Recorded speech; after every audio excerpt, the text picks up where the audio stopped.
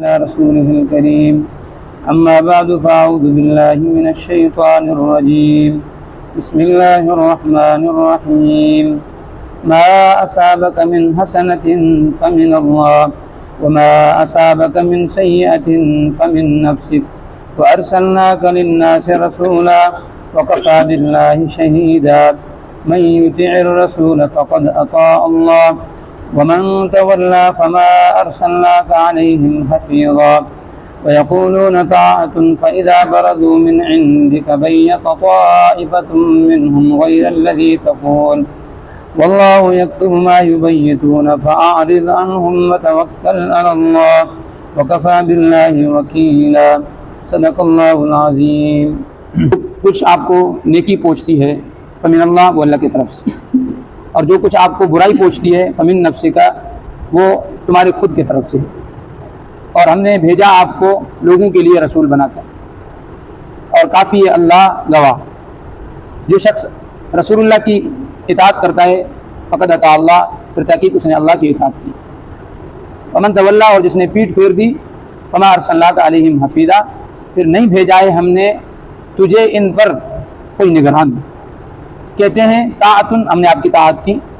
اور جب آپ سے پیٹھ پھیرتے ہیں تو رات کو مشورہ کرتی ہے ایک جماعت، غیر الذی تقول، جو آپ کہتے ہو اس کے خلاف. اور اللہ لکھتا ہے جو کچھ رات کو مشورہ کرتے ہیں. آپ ان سے اعراض کر لو، اللہ پر بھروسہ کرو، اور اللہ کافی ہے کارساز.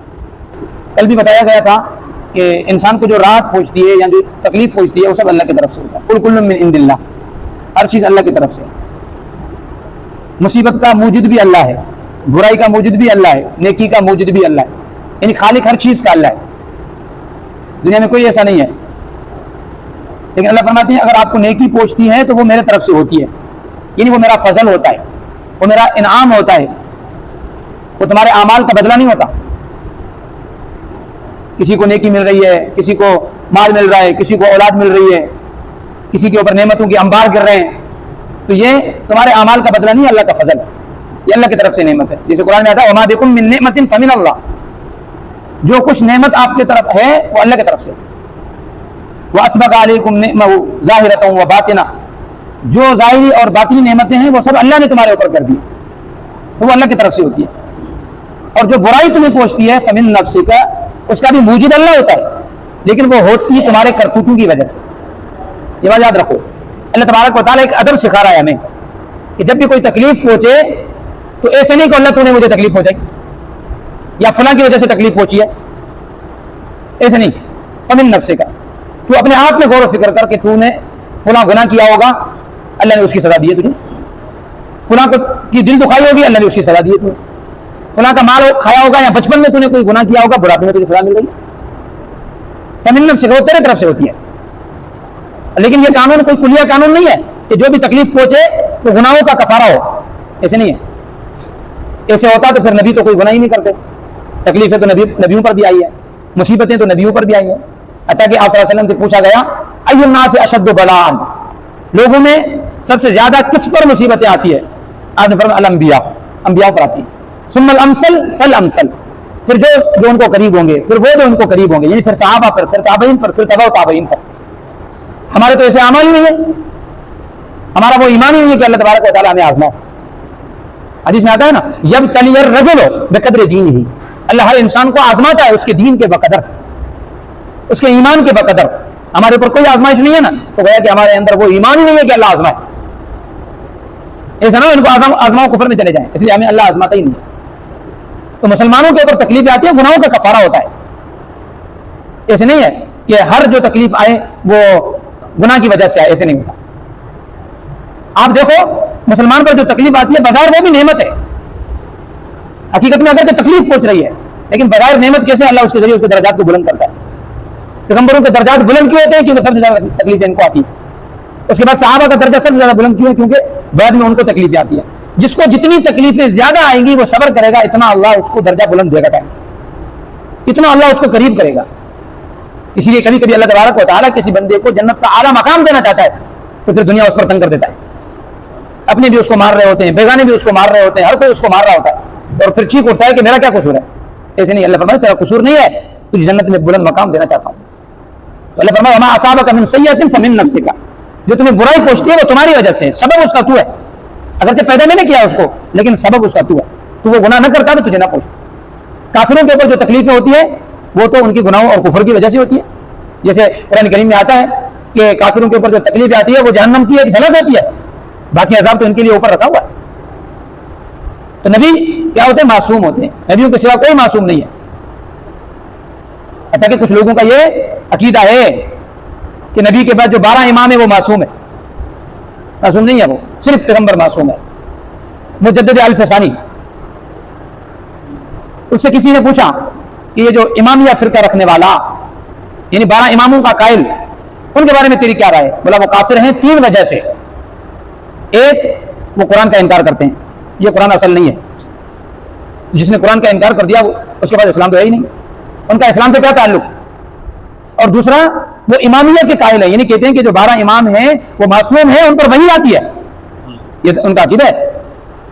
پھر تو ختم نبوت ختم ہو گئی. جب ختم نبوت نہ رہی تو پھر مسلمان کیسے؟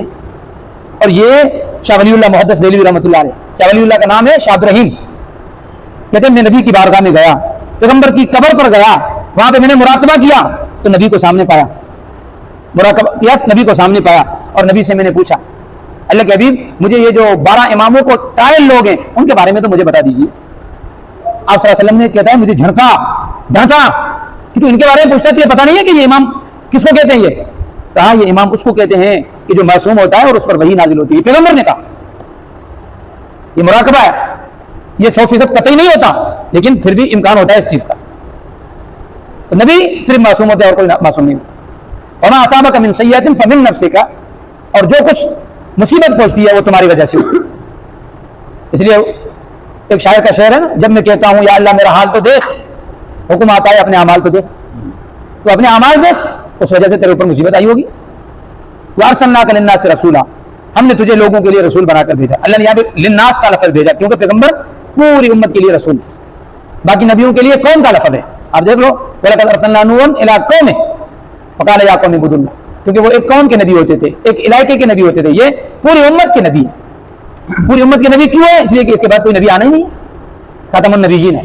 وَأَرْسَلْنَاكَ لِلنَّاسِ رَسُولًا, ہم نے آپ کو لوگوں کے لیے رسول بنا کر بھیجا. وَكَفَىٰ بِاللَّهِ شَهِيدًا, اور اللہ کافی ہے گواہ.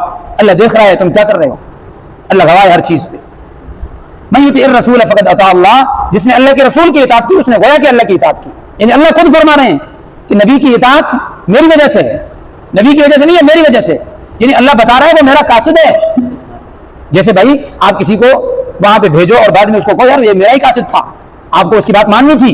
اللہ بھی ایسے ہی کہہ رہا ہے کہ اے انسانوں رسول اللہ کی اطاعت کرو, یہ میرا پیغمبر ہے, میرا رسول ہے, اور اس کی اطاعت کرو گے گویا کہ میری ہی اطاعت کرو. اگر اس کی نافرمانی کرو گے گویا کہ خدا کی نافرمانی کرو. جیسے آتا ہے جس نے پیغمبر کو ناراض کیا اس نے اللہ کو ناراض کیا, جس نے پیغمبر کی اطاعت کی اس نے اللہ کی اطاعت کی. ومن تولا, اور جو اطاعت نہیں کرے گا, وما ارسلناک علیہم حفیظا, اللہ فرماتے پھر میں نے تجھے کوئی ان کے اوپر داروغہ اور نگران نہیں بنایا. یعنی پھر ایسے نہیں ہوگا کہ کوئی اللہ کے رسول کی اطاعت نہیں کرتا تو رسول اللہ سے پوچھا جائے ابو جہل کلمہ کیوں نہیں پڑھتا, رسول تو دے خبر, تو نگران نہیں ہے, تیرا کام صرف پہنچانا ہے. یہ میں آج کے مبلغ کو پیغام دے رہا ہوں کہ تیرا کام فقط کیا ہے, لوگوں کو تبلیغ کرنا. اگر کوئی نہ آئے تب بھی تو کامیاب ہے, اگر کوئی آئے تو پھر تو اور بھی کامیاب ہے. یہ کبھی بات دل پہ نہ لینا کہ میں تبلیغ کر رہا ہوں لوگ آتے نہیں اس لیے میں جاؤں گا ہی, ایسے نہیں. ان علیک الا البلاغ, قرآن کہتا ہے وعلینا الحساب, تیرے اوپر صرف پیغام پہنچانا ہے, باقی میرا کام ہے. فذکر انما انت مذکر, اے پیغمبر تو صرف نصیحت کرتا ہے, نصیحت کرنے والا ہے تو. لست علیہم بمسیطر, تو کسی کے اوپر داروغہ نہیں ہے کہ کان سے پکڑ کے مسجد میں لاؤ, یہ تمہارا کام ہی نہیں ہے, اور یہ کام کرو بھی نا. تمہارا کام فقط کیا ہے, پیغام پہنچانا اور ان کو کہنا اور دعا مانگنا کہ اللہ میرے پیغام کو اس کی دل تک پہنچاؤ. وما ارسلناک علیہم حفیظا, تو ان کے اوپر کوئی داروغہ نہیں ہے, کوئی نگران نہیں ہے. ویقولون طاعۃ, یہاں سے پھر منافقین کا ذکر ہے. کہتے ہیں کہ ہم تو آپ کی اطاعت کرتے ہیں. یعنی منافقین جب حضور صلی اللہ علیہ وسلم کی مجلس میں آتے ہیں, حضور صلی اللہ علیہ وسلم کوئی نصیحت کرتے ہیں تو کہتے ہیں ہم نے اطاعت کی, ہم آپ کی اطاعت کرتے ہیں, مانتے ہیں. فائدہ برابر میں نہیں دیکھا, جب یہاں سے اٹھ کے چلے جاتے نبی سے اٹھ کے آگے چلے جاتے اپنی مجلس میں چلے جاتے, بیت طائفۃ منھم غیر الذی تقول, پھر ان میں سے ایک جماعت رات کو مشورہ کرتی اس بات کی خلاف جو رسول اللہ نے کہا تھا. رسول اللہ نے کہا تھا کہ میدان جہاد میں چلتا ہے رات کو پھر مشورہ کرتی ہے کہ چلنا نہیں ہے. جیسے آج کل دوسرے بھی ہوتے ہیں نا, یہاں پہ مسجد میں وعدہ کر کے جاتے ہیں میں چلوں گا, باہر نکل کے کیا بولتے ہیں مجھے تو نہیں چلنا, میں نے مولوی سے جان چھڑا رہا تھا. یہ ہمارے لیے بھی تو سبب ہے نا, یا صرف قرآن اس وقت نازل ہوا اور ختم, ہمیں بھی تو عمل کرنا ہی نہیں کرنا, ہمارے لیے بھی ہے یا نہیں ہے. جب اکیلائی میں ہوتے ہیں تنہائی میں ہوتے ہیں تو کیا بولتے ہیں مشورہ کرتے ہیں. رسول اللہ کے سامنے ہم نے تو اقرار کیا لیکن چلے گی نہیں, کوئی نہ کوئی بہانہ بنا لیں گے. قرآن کہتا ہے دیکھ طائفۃ منہم غیر الذی تقول, جو رسول اللہ نے کہا تھا اس کے خلاف کرتے ہیں وہ. اب اللہ فرماتے ہیں واللہ یکتب ما یبیتون, تم کتنا بھی چھپاؤ, تم کتنا بھی رات کو مشورے کرو, چھپ کر کرو, اللہ تو دیکھ رہا ہے, اللہ تو لکھ رہا ہے, کرامن کاتبین لکھ رہے ہیں اور رسول اللہ تک پیغام پہنچا جا رہا ہے. واللہ یکتب ما یبیتون فاعرض عنہم, اے پیغمبر ان سے منہ موڑ لے, ان سے منہ موڑ لے, پرواہ نہیں کرنا, یہ تم سے سچے نہیں ہے, مخلص نہیں ہے, جھوٹ بولتے ہیں, چلتے نہیں ہے تیرے پاس, کوئی تدبیریں کرتے ہیں تیرے خلاف. فاعرض عنہم, ان سے منہ موڑ لے, وتوکل علی اللہ, اور اللہ پر بھروسہ کر. وکفی باللہ وکیلا, اللہ کافی ہے ہمارے لیے بھروسہ کے قابل کون ہے اللہ.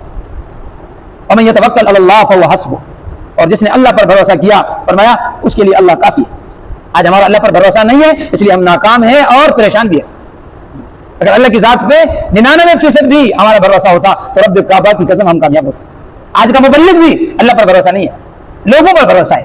تو خالی پیغام پہنچا اور اللہ پر بھروسہ کر, دیکھ پھر تیری زبان میں اللہ کیسا تاثیر رکھتا ہے. دعا کر اللہ تبارک و تعالی جو کہا اس کے عمل کرنے کی توفیق. ویڈیو کو لائک اور شیئر کریں, قرآن اور حدیث کے چینل کو سبسکرائب کریں, بیل آئیکن کو دبانا نہ بھولیں تاکہ ہر نئی آنے والی ویڈیو کا نوٹیفیکیشن آپ کو بر وقت ملتا رہے. جزاکم اللہ, ملتے ہیں ایک نئی ویڈیو میں, تب تک کے لیے السلام علیکم.